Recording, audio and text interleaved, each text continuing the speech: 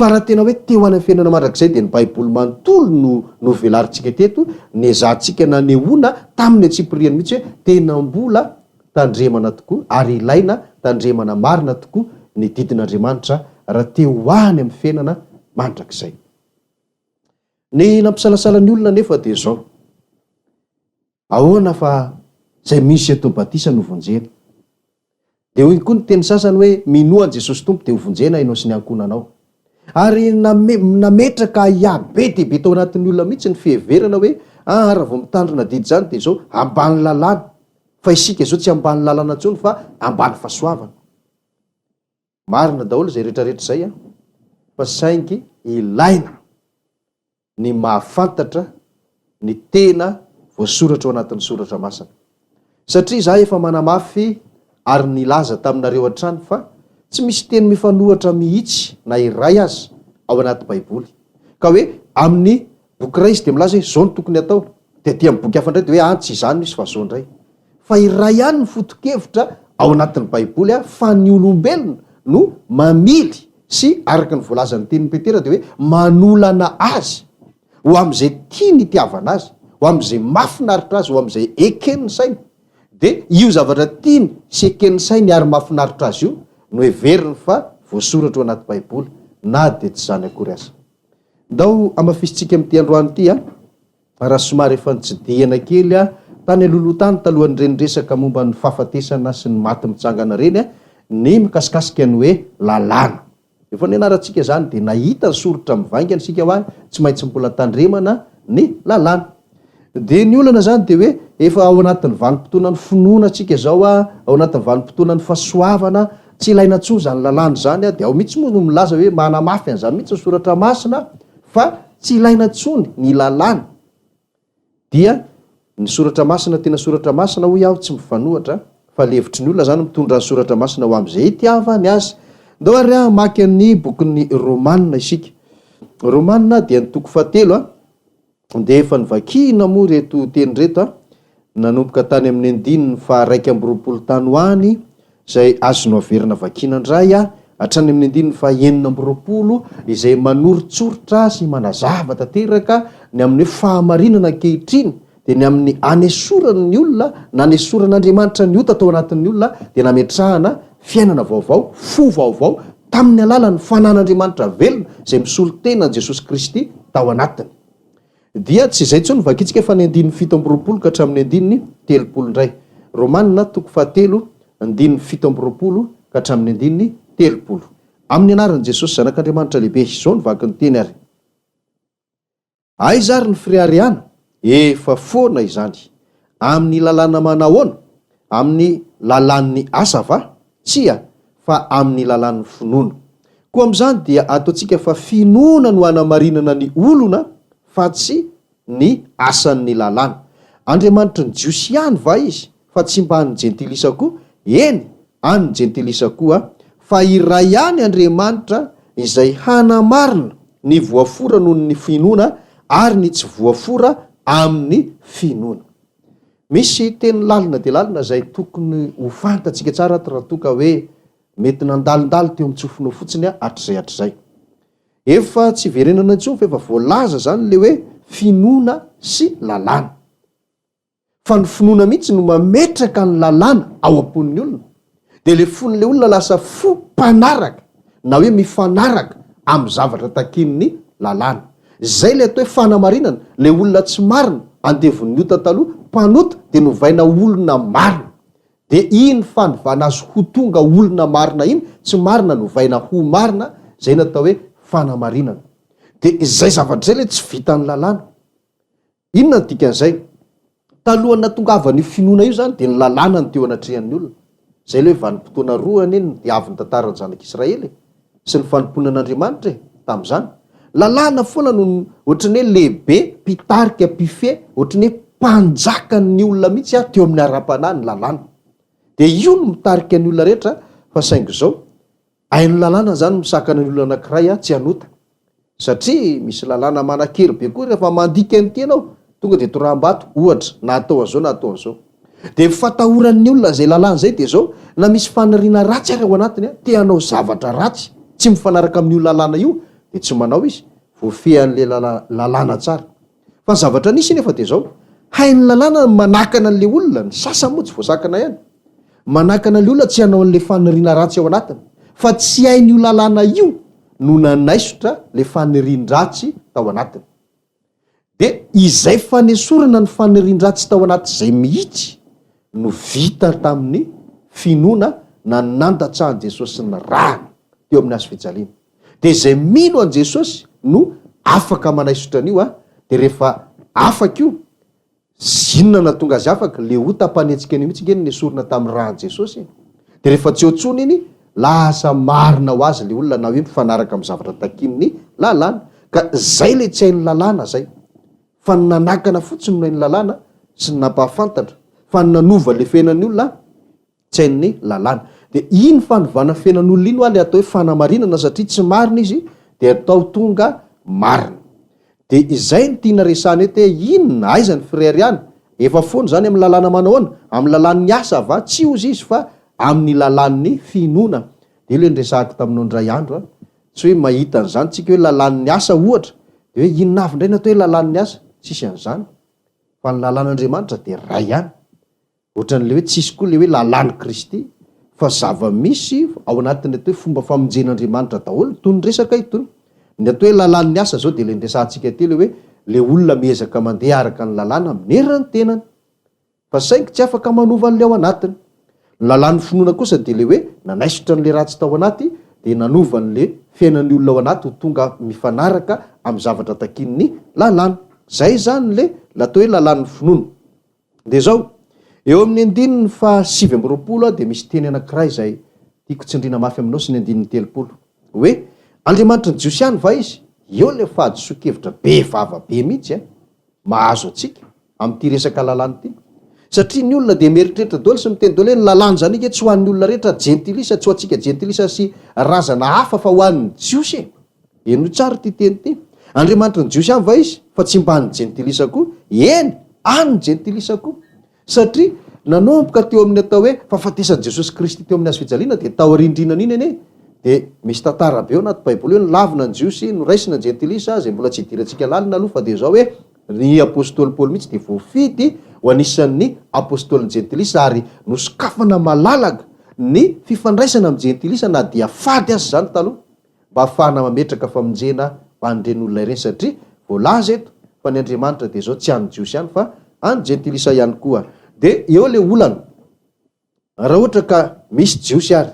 Andriamanitra ray ihany zany nivavahan'ny jiosy sy ny jentilisa manomboka zao nanomboka tam'zany ny tena izy de zao rehefa eo amin'ny jiosy fe Andriamanitra de mitaky zao ny tokony ataonareo zany hoe manana ny lalàna ny manokana ve ny jiosy tandremana eo anatrehan'Andriamanitra fa rehefa eo anatrehan'ny jentilisa kosa de Andriamanitra ndray ve miteny any jiosy ihany reto fa ny nareo hafa mihitsy tsy marina zany fa lalàna iray fahamarinana iray no takian'Andriamanitra ho an'ny jiosy sy ny jentilisa ino ny fahamarinana io io le hoe fahamarinana ankehitriny de eno tsara eo amin'ny andininy 30 de ozy iray ihany Andriamanitra zay hanamarina ny voafora anono ny finoana ary ny tsy voafora amin'ny finoana ray ihany eny zavatra takiana amin'ny olona voafora jiosy zany sy ny tsy voafora na ny jentilisa inona le zavatra takiana fanamarinana azy amin'ny finoana ka ny jiosy de zao ny ilain'Andriamanitra de hoe amarinina amin'ny finoana reo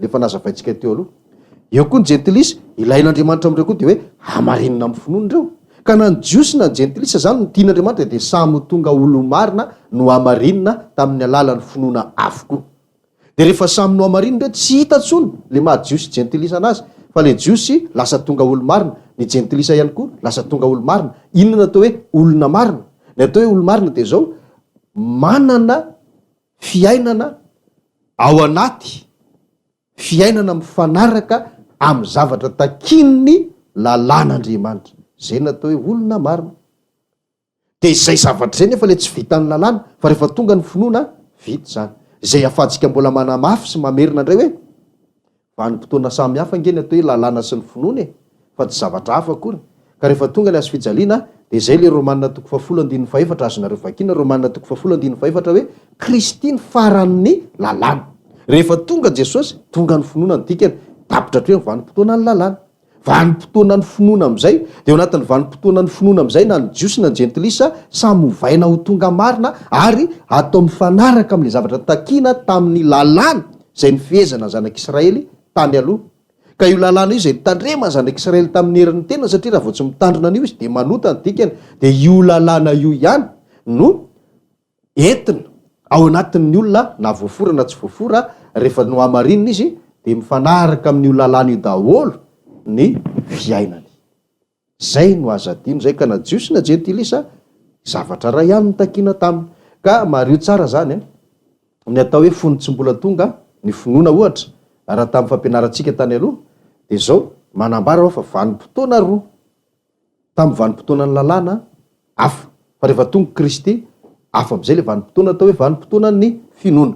Ijery toe-javatra nisy ary sika hoe inona ny tena nahasamy hafa be akoatra zay fanazavana nentiko zay de inona ny tena fahasamihafana hita tao anatin'ireo vanim-potoana anakiroa ireo. Ao amin'ny bokin'ny Romanina ihany ohatra ijery vetivetsika amin'ny toko 5 toko 7 azafady. Romanina toko 7 andininy 5 sy ny 9. Romanina toko 7 andininy 5 sy andininy 9. Amin'ny anaran'i Jesosy ary izao ny voalazany teny manao hoe fa fony tao amin'ny nofo isika dia ny filan'ny ota izay noetsehan'ny lalàna no ny asa tao amin'ny momba ny tenantsika hahavokatra ao amin'ny fahafatesana. Fa ankehitriny de efa afaka tamin'ny lalàna isika satria matiny am'izay niazonana antsika ka de manompo amin'ny havaozam-panahy isika fa tsy amin'ny aelan-tsoratra. Somary lalindalina zao teny zao nefa tsy maintsy ampahafantarina antsika mba azahoantsika marina le hoe inona le fahamarinana takian'Andriamanitra amin'ny olona ankehitriny. Fony tao amin'ny nofo isika zay ny andininy 5 voalohany zay. Dika zany de zao efa tsy eo amin'ny nofo tsony izy na i Paoly nanoratra na ny olona nanoratana. Inona moa le hoe tao amin'ny nofo? Le mbola olona andevon'ny ota iny, le mbola mpanota iny, le olona tsy marina iny. Ary zay daholo ny toerana misy ny olona rehetra hatrizay manomboka amin'izy voateraka mandra-pahatonga amin'ny fotoana anankiray elany eo. De nampitsahivo ny Paoly apôstôly ho an'ireto olon'reto zany hoe fony mbola tao amin'ny nofo isika ny dikany hoe de efa tsy eo tsony izy satria efa no amarinina ary efa tonga marina fa tsy mpanota misy ota intsony ao anatiny. De inona zavatra nitranga ao izy? Ny filan'ny ota satria ota ny tao anatiny tamin'izany zay noetsehan'ny lalàna. Le lalàna ty ivelan'le olona io le hoe io ny mpanjakan'ny olona, io ny fean'ny olona, io ny tarikan'ny olona, io ny baikon'ny olona, io ny mampitahotra ny olona. Le lalàna araky nazavaitsika teo. Kanefa ozy izy de zao zavatra nitranga hoe io lalàna mihitsy napietsika an'le ota tao anatintsika ozy izy de zao ny asa tao amin'ny momba ny tenantsika am'izay le ota ahavokatra ao amin'ny fahafatesana. Zay mantsy ny Romanina toko 9:7 hoe fahafatesana no tambon'ny ota. Fahafatesana ny tambon'ny ota. De eo ary lalàna zany raha ohatra hoe za zany le olona taloha le hoe tamin'ny mbola tsy tonga ny finoana to anatin'ny vanim-potoana ny lalàna. De ny lalàna zany eo de voasoratra vaty fisaka ohatra ny 10 koatra ny 10 de misy lalàna hafa voasoratra tamin'ny boky hoe zao ny tsy azo atao, zao ny tsy mety. Raha manao andreo nareo de manoto eo anatrehan'i Jehova. Ny sasany ary moa misy teny voasoratra mihitsy hoe fahavetavetany eo mason'Andriamanitra ny fandikanany reny. Ka na misy ary raha toka hoe aka ohatra anankiray zany tsika hoe aza mijangajanga ohatra.